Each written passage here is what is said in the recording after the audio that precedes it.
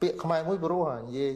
បើស្រែអូចំស្រែ កណា បើក្រុងអូចំក្រុងពាក្យនេះលោកចង់និយាយថាបើអ្នកឯងធ្វើអីឲ្យវាប្រកបអាហ្នឹង កណា ព្រោះមនុស្សម្នាក់មិនអាចធ្វើគ្រប់រឿងបានទេមនុស្សម្នាក់ធ្វើបានតែរឿងមួយទេដ៏អស្ចារ្យនោះ កណា បើអ្នកណាចេះគ្រប់រឿងអ្នកហ្នឹងគ្មានចេះអីទាំងអស់ កណាកណា អត់មានទេអត់មានអ្នកណាជំនាញអញ្ចឹងបាននៅក្នុងការសិក្សាកម្រិតឧត្តមសិក្សាក៏គេឲ្យយើងរើសដែរ រើសណា អ្នកយកអីអ្នកយកច្បាប់ កណា យកអីទស្សនវិជ្ជា កណា យកអីខាងវិស្វកម្មគូប្លង់ខាងអីអញ្ចឹងគេឲ្យរើសមួយអញ្ចឹងព្រះលោកថាការងារណាដែលមិនច្បោកច្បល់គឺជាមង្គលដែរ កណា អញ្ចឹងមានថាបើការងារណាដែលច្បោកច្បល់ជាអពមង្គលហើយក ណា អញ្ចឹងធម៌នេះគឺសម្រាប់កុហកហើយធម៌ដែលអាត្មាចម្រើនពរមិញ កណា ហ្នឹងណា កណាកណា អញ្ចឹងសម្រាប់អ្នកកាន់ពុទ្ធសាសនាយើងមាន2កុំឲ្យច្រឡំនេះទី1ធម៌ខ្លះគឺសម្រាប់តែប្រសង្ឃទេ កណា ធម៌ខ្លះសម្រាប់កុហក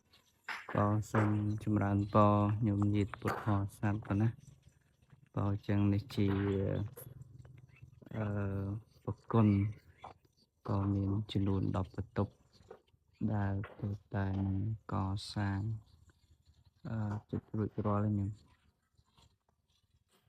អាត្មាទៅសារដែរញោមវត្តនៅតាមស្រុកស្រែហើយហ្នឹងថាការកាត់គូទៅលើការកសាងញោមញាតិពុទ្ធបរិស័ទជំនួសជើងវត្តតែមានសទ្ធាជ្រះថ្លាមានទៅចូលរួមក៏ជាចំណែកក្នុងការកសាងហេដ្ឋារចនាសម្ព័ន្ធក្នុងវត្តចឹងឃើញថាស្អាតនិងស្អាតចំនួន10បន្ទប់សម្រាប់ពេលមានកម្មវិធីនៅក្នុងវត្តក្តី